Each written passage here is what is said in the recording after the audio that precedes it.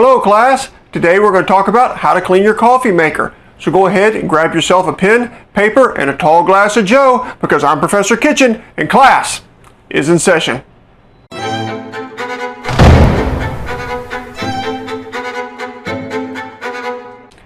Well, it's time for me to clean my coffee maker, so I thought I'd take y'all along for the ride.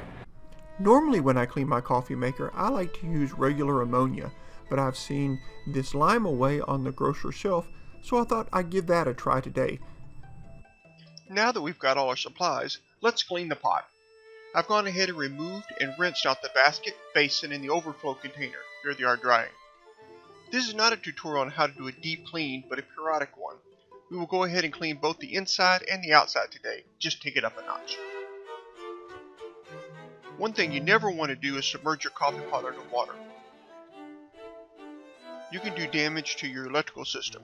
And remember, most coffee pots have a computer in them. Water and electronics don't play well together, even without electricity flowing through it. We will use an old dishcloth instead. Okay, we're going to start with cleaning the outside. We'll take a kitchen cleaner and spray down the whole outside of the pot. Remember to make sure the pot's unplugged before you start. Don't forget to spray on the area where the heating element is. That gets dirtier than you think it does. You can probably see how dusty and dirty my coffee pot is. It rarely gets clean because it's one of those things that we only use for making coffee and really don't think about it any other time. When you're cleaning, make sure that you get all in the cracks and crevices.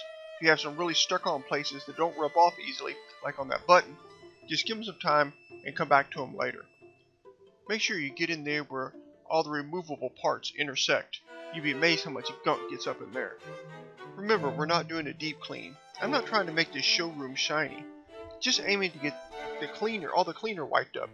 If you see any caked on places, like that heating element there, put a little elbow grease into it and most of it will come off. If you do a light clean like this one on a regular basis, you'll see most of those hard to remove areas start to fade out. Alright, make sure you get the shower head and lid.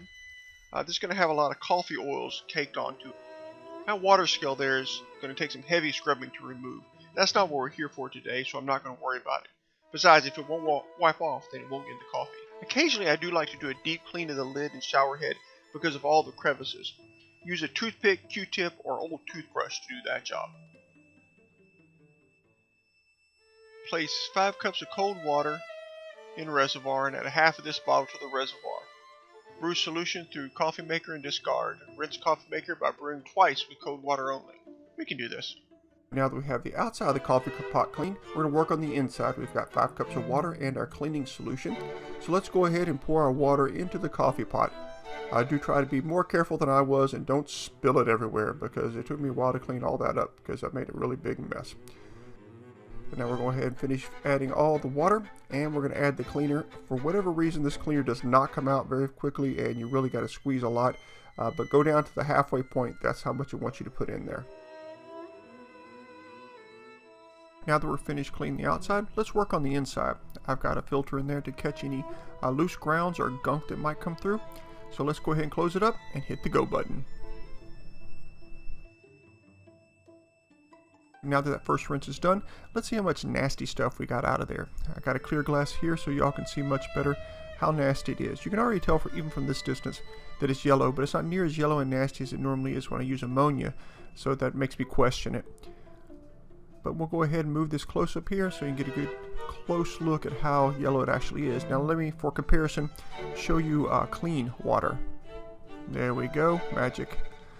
Let's go ahead and finish cleaning this all up and we'll drain it all out and get ready to go ahead and start the next rinse. Before we go on to showing you the second rinse, let's go ahead and show you all the grounds and nastiness that was caught. You can see right there along the edges all the grounds that was stuck up in there. Now I do normally get more than that out when I use ammonia, so I'm really not overly happy with the way this product worked. But we're going to go ahead and empty this and we'll refill it and get ready for the second rinse. Alright, put a new filter in there, get our water going, let's go. We're done with the second rinse. Now let's take a look and see how this looks. Already it's looking a whole lot cleaner than it did before, which again is different from ammonia because normally ammonia stays kind of yellow and nasty several times through. Go ahead and get you a close-up, and you can see exactly how clean it is. Makes me wonder how well it's doing, but okay. Now we go ahead and we'll go ahead and empty this thing out and get it ready for the third rinse. Here is the actual grounds. You can see some still in there from the second rinse. It's not as bad as the first time, but it's still a lot of stuff in there. So that's good, at least it's getting that stuff out. For the sake of time, we skipped a lot, but here's the third rinse. You can see it looks just as clean as the second rinse does. Hopefully that means there's nothing nasty left up in there. And here are the grounds that came out that time. You can still see there's a lot of grounds in there. That's normal even when I do the ammonia. But it's good that it's getting all that out. Let's go ahead and throw this away, and we should be good to brew us some coffee. Alright, hope you learned everything you needed to know about how to clean your coffee maker using Lime Away. Pretty straightforward process. To be honest with you, I wasn't overly impressed with the Lime Away compared at least to using regular ammonia. The ammonia, when I've used it in the past, has gotten my coffee pot, or should I say has got a lot more stuff out of my coffee pot. I showed you the grounds that the Lime Away got out. Beforehand, I would get a whole lot more grounds out of there with the ammonia. For whatever reason, the Lime Away didn't work as well, and even when you just run water through it, you might think, oh, it's just some grounds caught in there. You run just regular water through it, it'll clean that out. It doesn't. It really takes something strong to get in there and clean that all out. I'll finish using the Lime Away next time I clean, but then I'm probably going to go back to ammonia. What do you use to clean your coffee pot? Have you learned anything here today? I hope this class has been profitable for you. Please let me know what you think down in the comments below and how you prefer to clean your coffee pot. I hope you enjoyed that video. If you did, please press the like button down below. If you want to see more of my videos, please press the subscribe button. If you're using Google Chrome, you'll get a little pop-up notifying you every time I release a new video. If you're using another browser, you might want to tell it to send you an email so you don't miss anything. We also have more stuff over at patreon.com/Professor Kitchen. Thank you for watching. Hope you have a great week. God bless. Class dismissed. So go ahead, sit down, grab yourself a pen, a paper, and a...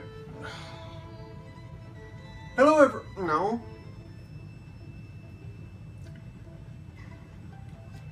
Hello, everyone. Today we're... Hello, everyone. Hello, everyone. Today I'm going to teach you how to... Paper and a... Really?